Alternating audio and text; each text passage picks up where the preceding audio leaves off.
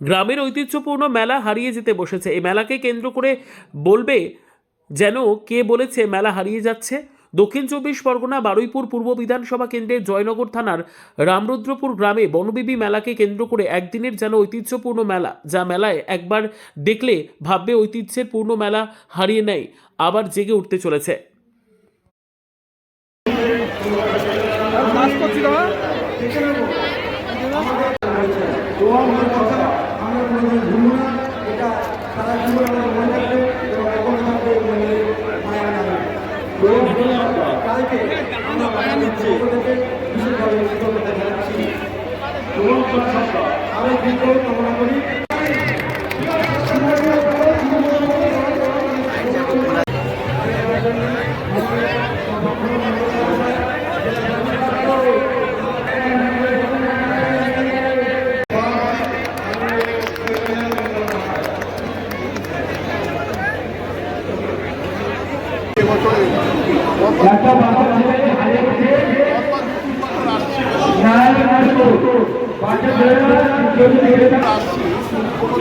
মনে হয়নি, কিন্তু এই প্রথম কেউ একজন প্রশ্ন আপনারা প্রশ্ন করলেন আপনাদের মাধ্যমে।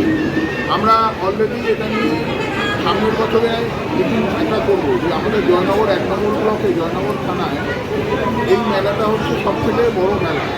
সুতরাং এই মেলাটা বিডিও অফিসে মিটিং করে 1 মাস আগে থানা, বিডিও, পঞ্চায়েত সবাই সহযোগিতা নিয়ে যদি মেলাটা 5 দিন কিংবা 7 দিন করা যায় এবং প্রশাসনিক তৎপরতায় একটা সুন্দরভাবে একটা বড় মেলা করা যায়,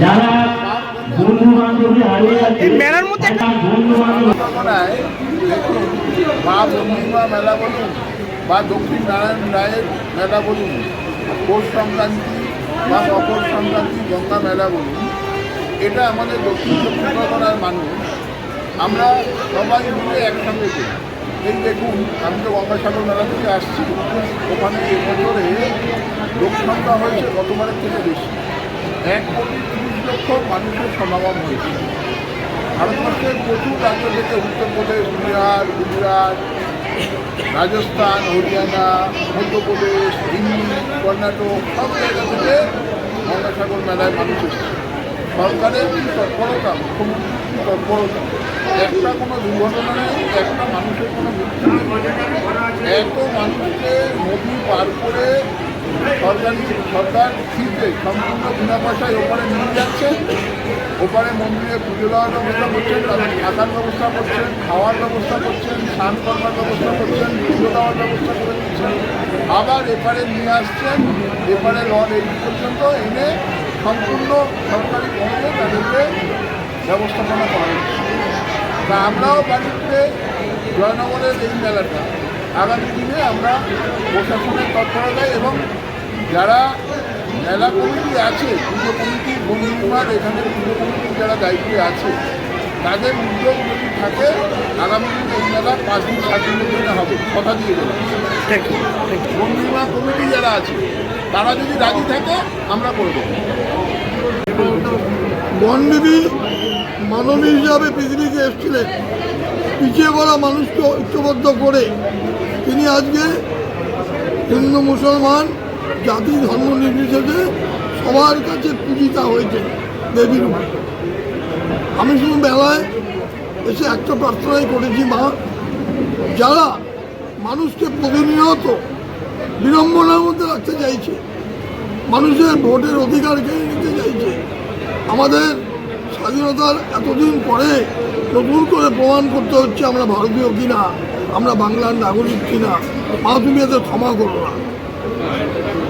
মানুষ তুমি একদিন সংগঠিত করে নিচু উঁচু সমান করে তুমি পিছিয়ে পড়া মানুষের জন্য লড়াই করেছ, এই হচ্ছে বনবিবির ইতিহাস। তাই আজকে তুমি দেবী পূজিতা হয়েছ, মানবীর থেকে তুমি দেবী হয়েছ। মা তুমি এদের প্রতিশোধ দিও, এদের জ্ঞান ফিরিয়ে দাও। বাংলার মানুষ তথা ভারতবর্ষের মানুষ যাতে স্বাধীনভাবে মাথা উঁচু করে বাঁচতে পারে তার জন্য তোমার কাছে প্রার্থনা। ঠিক আছে, ধন্যবাদ জানাই। অনেকদিন ধরে আমার পরিকল্পনা ছিল যে আমি মেলার কিছু জমি দিতে চাই, সেই উপলক্ষে এই মাথাকে জমি দান করেছে।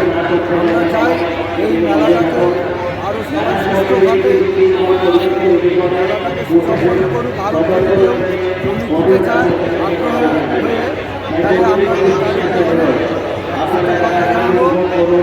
জয়নগর থানা থেকে ভাঁজপাড়া গ্রামের গুলচাঁদ রায় 7 শতক জমি উনি মাথাতে দান করেন।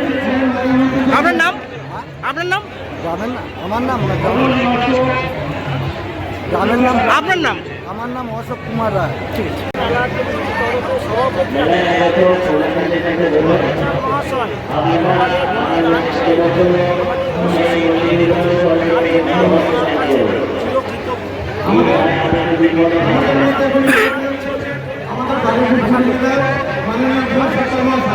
আপনার নাম? আপনার নাম? এই মেলা কত বছর পড়লো? মেলায় এত লোক কিসের টানে আছে?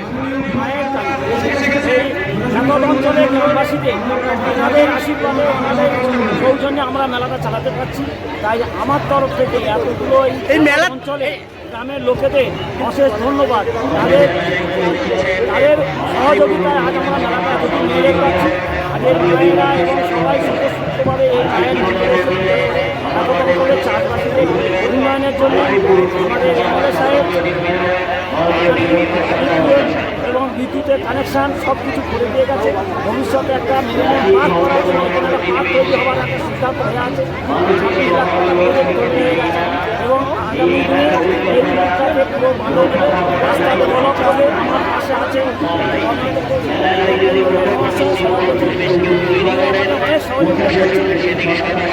ওনাদের সবাই সহযোগিতা আছে। আমরা এই সাফল্য অনেক করছি। ভবিষ্যতে